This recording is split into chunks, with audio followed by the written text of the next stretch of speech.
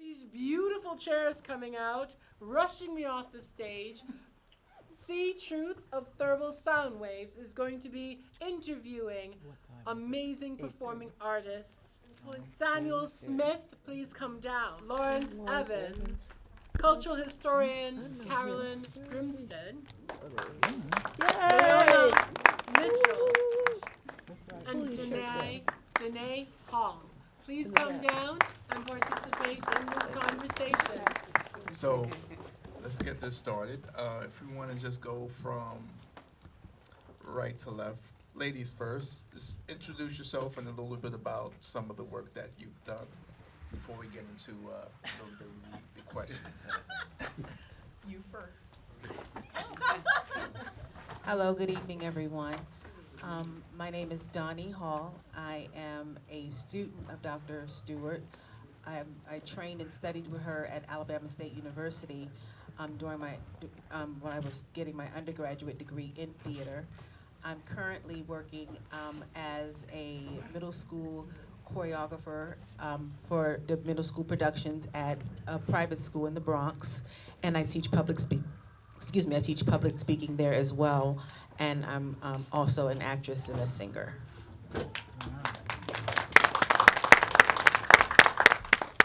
Hi, my name is Laiona Michelle.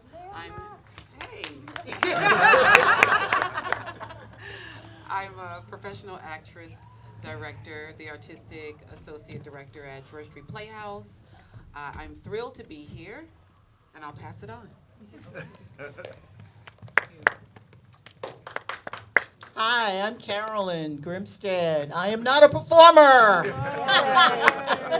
but I was invited anyway. Yeah, I'm a historian. I teach Black theater history. I teach American theater history. I teach the regular stuff they make you take about theater history. I teach that too. So I got into Frank Silvera through the Frank Silvera Writers Workshop. Yay! There's the director, right up there, Frank Silvera Writers Workshop. History, Karen Baxter and her family. Yes. So as a result of that, I delved even deeper into Frank's history, and I was happy to be party to the excavating of his contributions to not only American filmography and film and theater and TV, but the fact that he contributed so much to so many people and influenced so many people that we're still talking about him 110 years later since his birth. That's a legacy. Hello, my name is Samuel Smith. I am an actor and performer and also a writer and producer of film at this point. And we're loving the work that we do.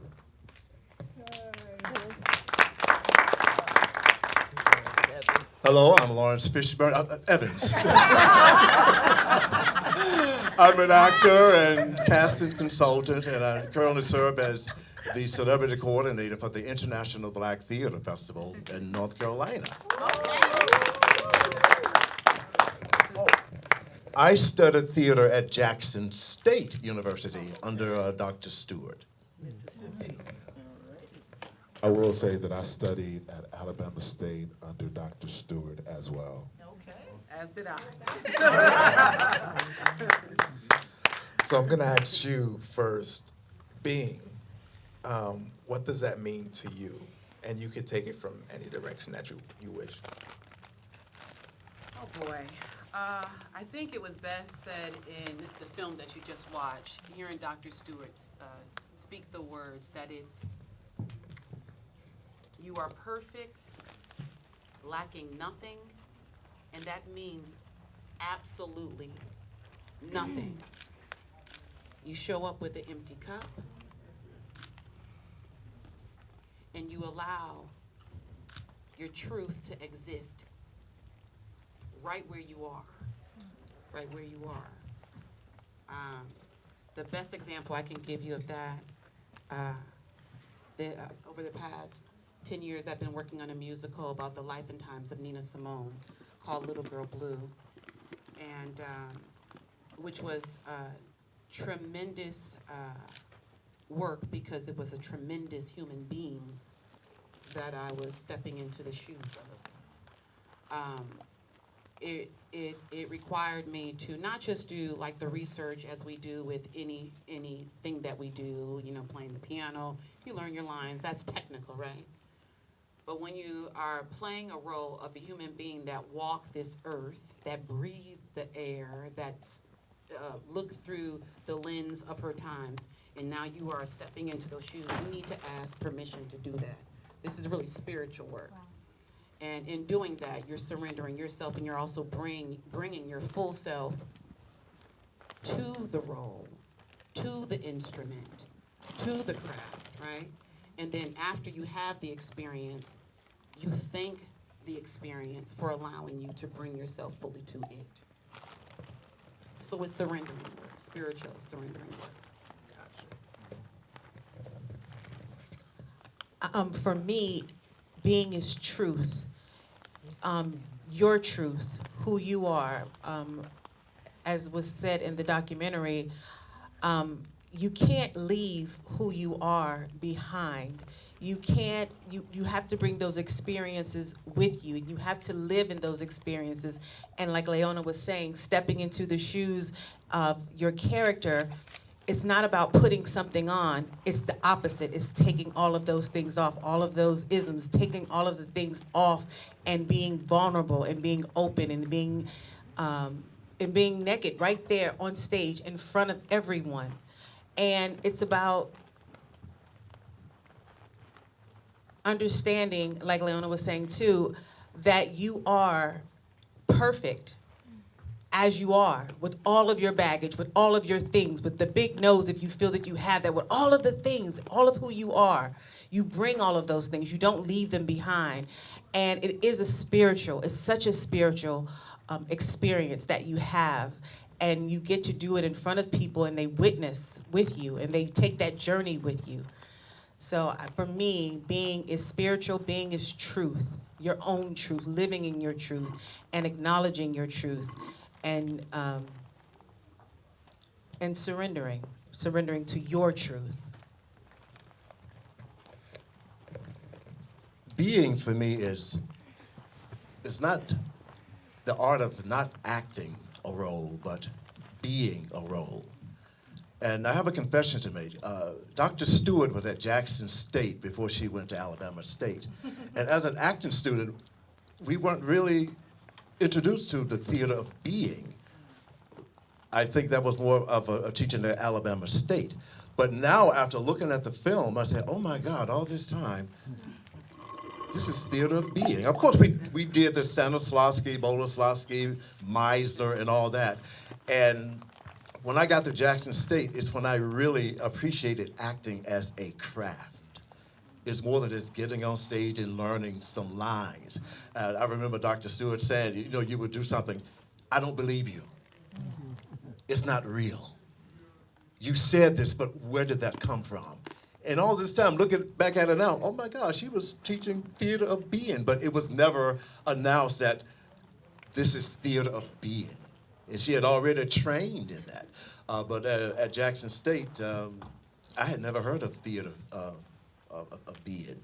When I moved to New York, I started going to the Frank Silvera Writers Workshop every Saturday and every Monday. You know, and that's where I got involved with that. But it's really theater of being. It's being. It's just simply being. Not losing yourself in a role. That's something else. Like Dr. Stewart said, you got to come out of that. It's an art. It's a craft. We got to make it look like real things are happening to real people. We know it's acting. But for that moment, we have an experience, and we want you as an audience to witness it.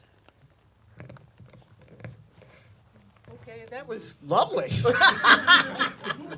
Being in the moment, okay? Okay, I'm the historian, so I'm going to give you a little context. You may be familiar with Bea Richards' film, A Black Woman Speaks. Lisa Gay Hamilton directed it and produced it. It won a Peabody Award. This was about 2003. I recommend that everyone see that film because it gives a good chunk to a discussion of the theater of being and Frank Silvera and his relationship to the students who studied with him, many Academy Award winners, plus Via herself. This man was so influential. And on the other end of that spectrum, if some of you may be familiar with the Irish actor, Richard Harris, he has appeared in just about every other movie ever made. And his film, documentary about his life, is on Hulu now. I think it's streaming. The Ghost of Richard Harris. Again, who's in that film? Frank Silvera, talking about his techniques. Who studied those techniques? Richard Harris, when they were both in Los Angeles. And Richard Harris raised a great deal of money to support the theater of being. So this was a technique not just for people of color, but for anyone who wanted to improve their acting. And I'm talking about working actors, professional actors, people who really took this experience seriously. It wasn't just a way to get famous. So again, I would recommend both of those films to all of you if you want to expand and understand the influence of Frank Silvera. Really quickly, what else could you say after everyone, told exactly what they thought? Being, for me, has always been experiencing.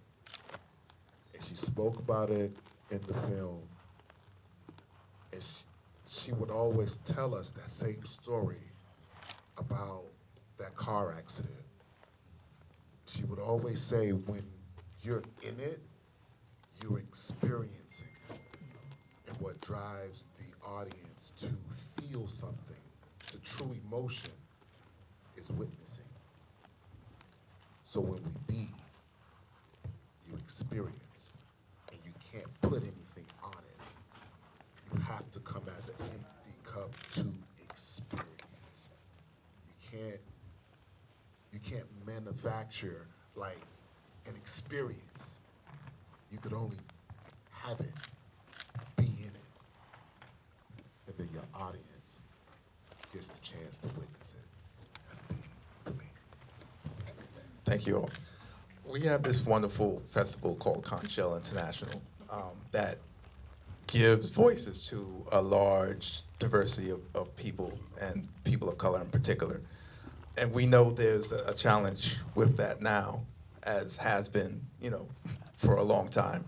So I'd like to get your perspective on what do you feel needs to be done to, move that forward so that that's not an issue anymore. Obviously, we have this festival, but beyond this festival, what do you feel should be done? Well, let me start that. Coming together. I think as African Americans, we need to start coming together in a real way, where I have a film, you have a film, let's do what we need to do to get the marketing behind it, because there's a lot of great work, but no one ever sees it because we don't know how to market well. If we learn how to market well and just come together, we can get all of our movies and our shows and our plays done, and everyone can see it, but we have to do it together. African proverbs that Dr. Stewart would always spill out to us all the time, many hands make light work. If we all come together to do the work, it'll be light and we could all benefit from it. I thank you for hosting this incredible festival. Thank you very much for creating space.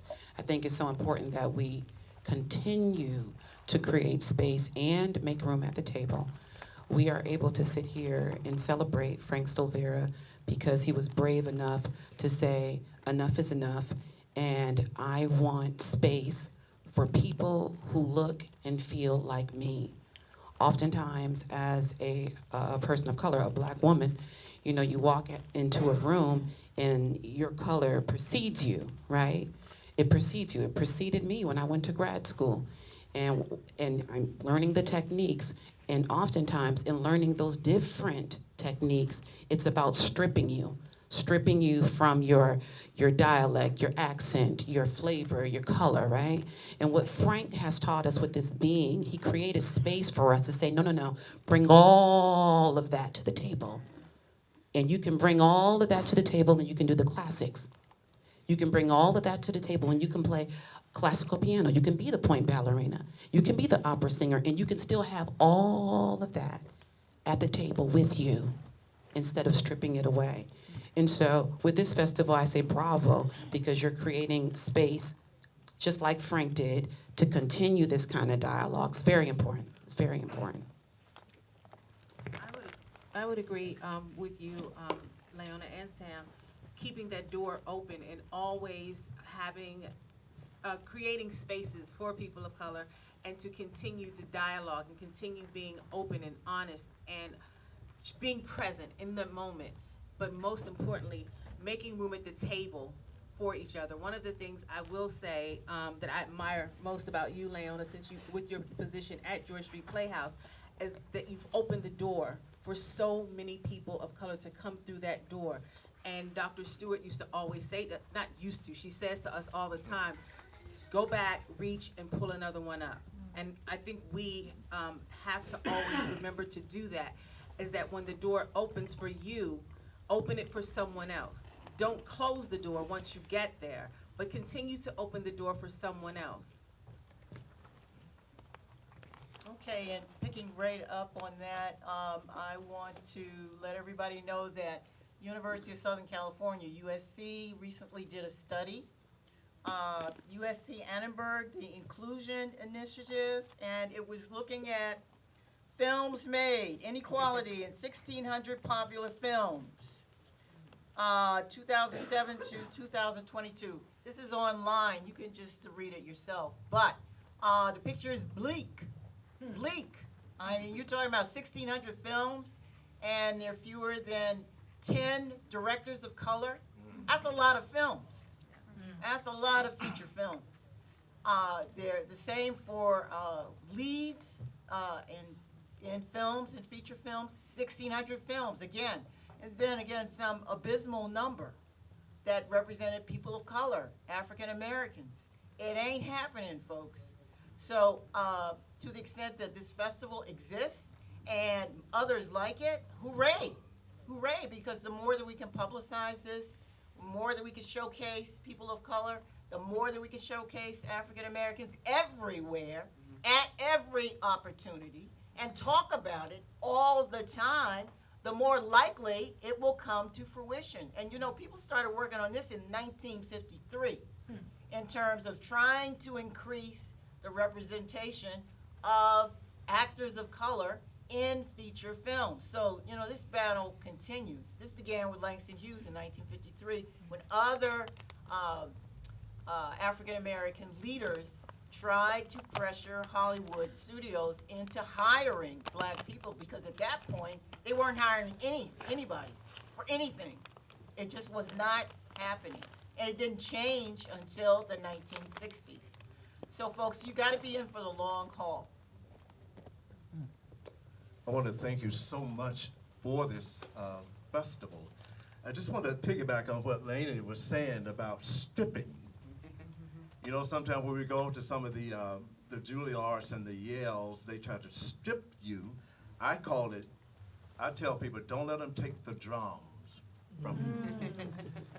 Learn all the technique and all that stuff, but be true to who you are. And I think that's part of the, being. You know, I'm just a country boy from Mississippi. I always will be. And I can incorporate that into a lot of my characters. That is my core. And I can use certain parts of that when I create characters. And I also want to, talking about film festivals, just want to put a little plug in. As I said, I work with the International Black Theater Festival that's held every 2 years in Winston-Salem, North Carolina. And we do now have a film component called the IBTF Film Fest, and it's becoming really huge. So it's held every 2 years. We're now on the even number of years. We were on the odd number of years, but in 2021, we had to postpone it because of obvious reasons. And so we postponed until 22 when we were at a better place with the pandemic. So now we're even now. So just, yeah, 26. We just had one in 24, but the next one will be 26. But the film component is very, very huge now, from shorts to features, and it is shown at a real theater, downtown Winston-Salem, North Carolina. I don't know if you've ever been to Winston-Salem. Yeah, you just fly into Greensboro. And we're just about out of time. So I want to thank you all for participating in this and sharing your thoughts and ideas. I have one more thing that I wanted to ask, but if you can be brief in your responses. Yeah, really, really quickly. The theme of this festival is awakening, right? So my question to each of you is, how do we awaken the next generation coming up so that they are in positions or that they can continue the work that is being done by those who are trying to make changes going forward? I'll end by saying that one of my favorite quotes is from Nina Simone: "An artist's duty is to reflect the times." And I think that young people in particular are some of the bravest human beings right now in this world that they have inherited. And we have to protect them, and we have to build them up. We have to continue to create spaces for them, and that means sometimes ushering them in, holding their hands, and sitting them down inside of the room, and making it comfortable. Making a real effort to make them comfortable. Because right now, there's a limited amount of rooms, I'm talking about in the arts world, where the rooms feel safe, right? And we, as artists, we only do our best work when the room is safe. I think educating the youth is always a big part of helping them in making space. If we let them know what they need to do, and then, like you said, hold their hand as we usher them in, they'll understand the shoulders in which they stand on and carry the flag the same way that we carried it, but the way they carry it. Because it's not always gonna look how we did it. That's how times change. So educate and allow them to carry the flag how they carry it.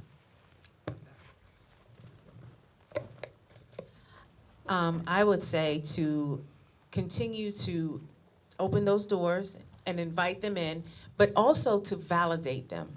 I think they don't have the validation from us that they need. So to listen with an empathetic ear and validate more. Validate these children, validate their experiences, validate their thoughts, validate their creativity, validate.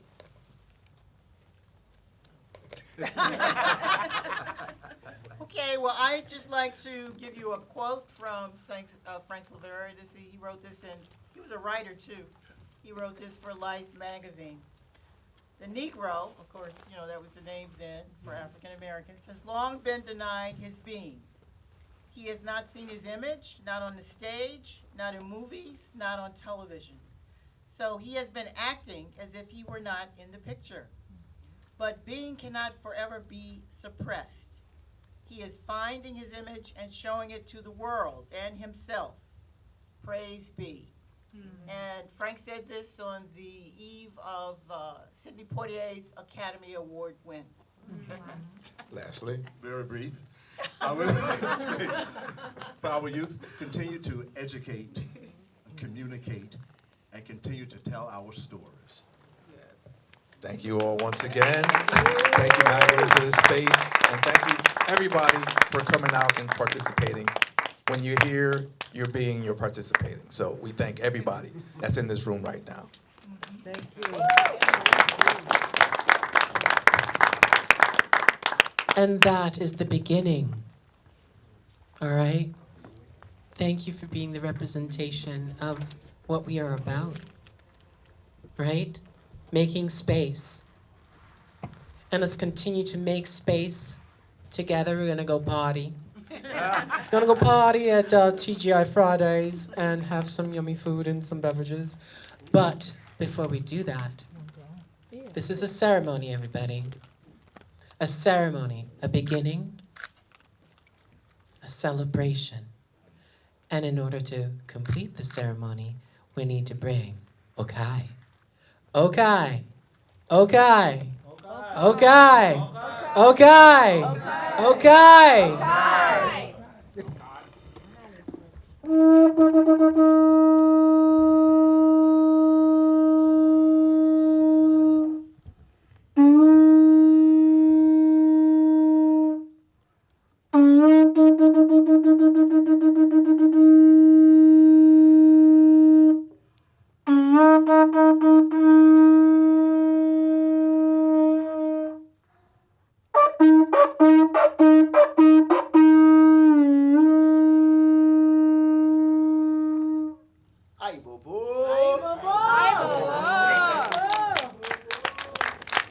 Thank you so much.